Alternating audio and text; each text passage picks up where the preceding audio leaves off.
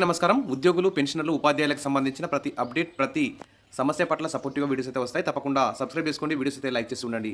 ఇక వివరాలకెళ్తే తెలంగాణ గానీ, ఆంధ్రప్రదేశ్‌లో గానీ ఉద్యోగులు, పెన్షనర్లకు, ఉపాధ్యాయులకు సంబంధించి మరి పెండింగ్ డీఏలున్నాయి, పెండింగ్ బిల్స్ ఉన్నాయి, రిటైర్మెంట్ బెనిఫిట్స్ రావడం లేదు. ఇక ఏపీలో పీఆర్సీ కమిటీ కూడా వేయలేదు. తెలంగాణలో పీఆర్సీ కమిషన్ వేసి 2 ఇయర్స్ కావస్తున్న ఇంతవరకు రిపోర్ట్ కూడా తెప్పించుకోవడం లేదు. ఈ విధంగా 2 తెలుగు రాష్ట్రాల్లోనూ భారతదేశ వ్యాప్తంగా ఉద్యోగులైతే మరి ఈ పెండింగ్ బిల్స్ సమస్య గానీ, తర్వాత డీఏల సమస్య, పీఆర్సీ సమస్యనైతే ఎదుర్కొంటున్నారు. ముఖ్యంగా 2 తెలుగు రాష్ట్రాల్లో ఈ సమస్య అయితే ఎక్కువగా ఉందని చెప్పుకోవచ్చు. మరి ఇక్కడ చూస్తే సుప్రీంకోర్టు అయితే ఉద్యోగులకు సపోర్టివ్‌గా నిలిచినట్టు అనిపిస్తుంది. ఇక్కడ బెంగాల్ ప్రభుత్వ ఉద్యోగులకు డీఏ పెంచాలని సుప్రీంకోర్టు ఆదేశాలు ఈరోజు జారీ చేసింది. మనం అందరూ కూడా మరి భారతదేశ వ్యాప్తంగా ఉన్న ఉద్యోగులందరూ కూడా మరి డీఏల కోసం, రిటైర్మెంట్ బెనిఫిట్స్ కోసం, పెండింగ్ బిల్స్ కోసం మరి సుప్రీంకోర్టుకు వెళ్లాల్సి వస్తుందేమో అని చెప్పేసి ఆలోచిస్తున్నటువంటి సందర్భం కనిపిస్తుంది. ఇక ప్రభుత్వ ఉద్యోగులకు 25% డీఏ చెల్లించాలని పశ్చిమ బెంగాల్‌ను సుప్రీంకోర్టు ఆదేశించింది. ప్రభుత్వ ఉద్యోగులు మరియు పెన్షనర్లు పెరుగుతున్న ధరలను ఎదుర్కోవడంలో మరి వారికి జీతాలు పెంచడానికి ఈ డీఏ ఇస్తుంటారు.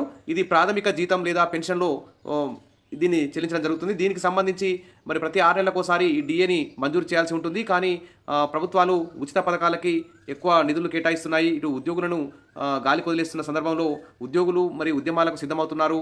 ఉద్యమాలకు సిద్ధమైనప్పుడు వారి మీద ఎస్మా ప్రయోగిస్తామని చెప్పేసి తర్వాత ప్రజలకి, ఉద్యోగులకు మధ్య చిచ్చు పెట్టే విధంగా నాయకులు మాట్లాడడం వల్ల మరి ఉద్యోగులైతే చాలా నర్వస్‌కు గురవుతున్నారు.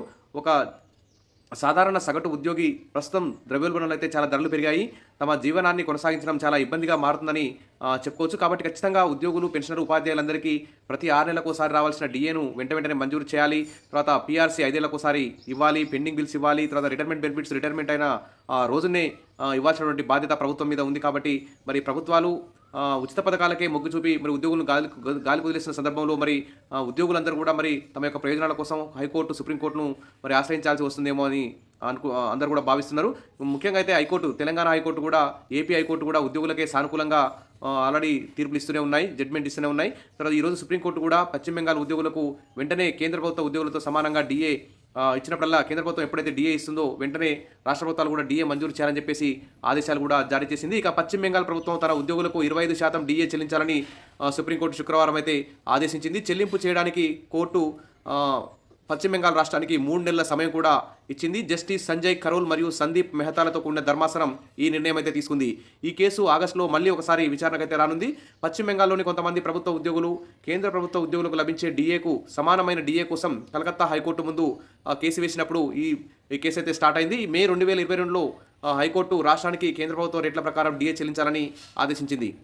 కానీ పశ్చిమ బెంగాల్ ప్రభుత్వం అంగీకరించలేదు. మరియు నవంబర్ 2022లో ఈ విషయాన్ని సుప్రీంకోర్టు కూడా తీసుకెళ్లింది. అప్పటి నుండి రాష్ట్రం కొన్నిసార్లు డీఏను కూడా పెంచింది. కానీ అది ఇప్పటికీ కేంద్ర ప్రభుత్వ రేటు కంటే చాలా తక్కువగా ఉంది. ఇప్పటికీ 37% కేంద్ర ప్రభుత్వ డీఏకి, రాష్ట్ర ప్రభుత్వ డీఏకి తేడా ఉండడంతో మరి ఈ కేసు అయితే చాలా సీరియస్గా తీసుకున్నారు. ఏప్రిల్ 1, 2025 నాటికి పశ్చిమ బెంగాల్ ఉద్యోగులు 18% డీఏని అయితే పొందుతున్నారు. ఇందులో ఇటీవల 4% కూడా డీఏ పెంచారు. మొత్తం ఇప్పుడు 22% ఉంది. కానీ ఇంకా కేంద్ర ప్రభుత్వం డీఏతో చూసుకుంటే ఇంకా 15% తేడా ఉందని చెప్పేసి ఉద్యోగులందరూ కూడా అసంతృప్తిగా ఉన్నారు.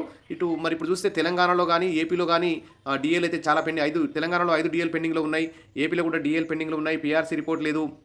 ఇంకా పెండింగ్ బిల్స్ లేవు. అన్నిటి వల్ల మరి ఉద్యోగులందరూ కూడా కోర్టుకు, మరి పశ్చిమ బెంగాల్ ఉద్యోగుల మాదిరిగానే మేము కూడా కోర్టుకు వెళ్లాల్సి వస్తుందేమో అని చెప్పేసి ఆలోచిస్తున్నారు. ఇటు ఆల్రెడీ ఉద్యమ కార్యాచరణ కూడా ప్రకటించారు. కానీ మరి తెలంగాణలో అయితే 3 ఐఏఎస్లతో అధికారుల కమిటీ కూడా నియమించారు. మరి ఉద్యోగ సంఘాల నాయకులతో ఐఏఎస్ల కమిటీ కూడా మీటింగ్ అయిపోయింది. మరి ఆ నివేదిక మరి ప్రభుత్వానికి నివేదిక త్వరలో సమర్పిస్తుంది కావచ్చు. మరి కమిటీలు ఇస్తున్నారు. 4 కమిటీలు వేసినారు. గతంలో కమిటీ వేశారు. ఆల్రెడీ పీఆర్సీ కమిషన్ వేసే ఉన్నది. తర్వాత క్యాబినెట్ సబ్ కమిటీ వేశారు. ఈ విధంగా అనేక కమిటీలు వేసి కాలయాపన చేస్తున్నారు తప్ప ఉద్యోగులకు రావాల్సిన డీఏలు మాత్రం పెంచడం లేదు. మళ్ళీ ఇయర్ సంవత్సరానికి ఒకసారి ప్రతి ఫిబ్రవరి, మార్చిలో లక్షల్లో ఇన్కమ్ ట్యాక్స్ కూడా ఉద్యోగులు అయితే చెల్లిస్తున్నారు. మరి ఉద్యోగులు చెల్లించే ఇన్కమ్ ట్యాక్స్ ఎడిపోతుంది. తర్వాత మేము మా జీతానికి సంబంధించి ప్రతి 6 నెలలకు పెరగాల్సినటువంటి డీఏ పెంచకపోవడం ఏమిటని చెప్పేసి ఉద్యోగులు ప్రభుత్వాన్ని ప్రశ్నించినప్పుడు మరి ప్రభుత్వం మాత్రం ఉద్యోగుల మీద ఇక్కడ హరాస్మెంట్ అయితే చేస్తున్నారు. కాబట్టి ఈ విధంగా మరి కోర్టుకు వెళ్లాల్సి వస్తుందని చెప్పి అందరూ కూడా ఆశిస్తున్నారు. మరి పశ్చిమ బెంగాల్ ప్రభుత్వానికి సుప్రీంకోర్టు తీర్పు చెంపపేటని చెప్పుకోవచ్చు. ఇది ఉద్యోగులకు ఒక గుడ్ న్యూస్ అని చెప్పుకోవచ్చు. ఈ కోర్టు తీర్పును బీజేపీ స్వాగతించింది. మమతా బెనర్జీ ప్రభుత్వాన్ని విమర్శిస్తూ సుప్రీంకోర్టు నిర్ణయాన్ని బీజేపీ స్వాగతించింది. దీన్ని ఉద్యోగులకు ఒక సానుకూలమైన తీర్పుగా ఒక మైలురాయి లాంటి ఉత్తర్వు అని చెప్పేసి బీజేపీ అయితే ఇక్కడ అభివర్ణించింది. ఇది పశ్చిమ బెంగాల్ ప్రభుత్వ ఉద్యోగులు మరియు బీజేపీకి ఒక పెద్ద ఘన విజయం అని చెప్పేసి సుదీర్ఘ న్యాయ పోరాటం మరియు 17 సార్లు ఈ వాయిదాలు పడి ఈ కేసు ఈ విధంగా ఒక కొలిక్కి రావడం పట్ల ఒక మంచి ఉద్యోగులకు సపోర్టుగా ఒక ఆదేశాన్ని వెలువరించడం పట్ల అయితే అందరూ కూడా హ్యాపీగా ఫీల్ అవుతున్నారు. మరి 2 తెలుగు రాష్ట్రాల ఉద్యోగులకు కూడా న్యాయం జరుగుతుందని చెప్పి ఆశిద్దాం. Wish all the best. మరిన్ని అప్డేట్స్ కోసం మన ఛానల్ని ఫాలో అవుతుండండి. వీడియోస్ అయితే లైక్ చేస్తుండండి. Thank you.